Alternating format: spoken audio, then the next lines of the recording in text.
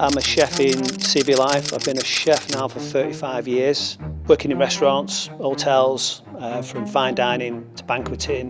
It was the back end of lockdown. I seen like an advertisement for Reserves. I thought I could give a little bit into the military. We went to Worthy Downs and you do like a skills course for 2 weeks. I've been to Cyprus, where I've worked not just the RAF, I worked with the British Army. I've been to Australia twice now, but the first one was on Exercise Pitch Black.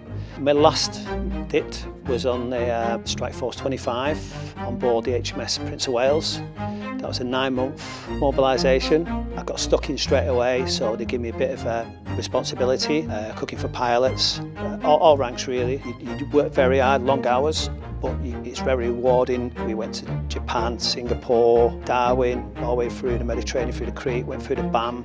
We still got good time off, at least 2 days off in each port. We had a full week in Japan, and the way you train you from recruitment, you just actually slot in straight away. If you've got the time and you can pick and choose when you want to dip in and out of mobilisations, that's all I seem to do, which I love. My sergeant, my boss on board, he had to write 71 SJARs, mainly chefs, and he put me as his #1. He may have got me promoted, to be fair.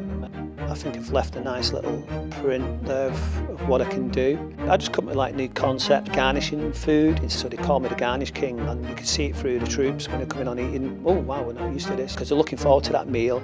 The camaraderie is brilliant, and it pushes you out your comfort zone.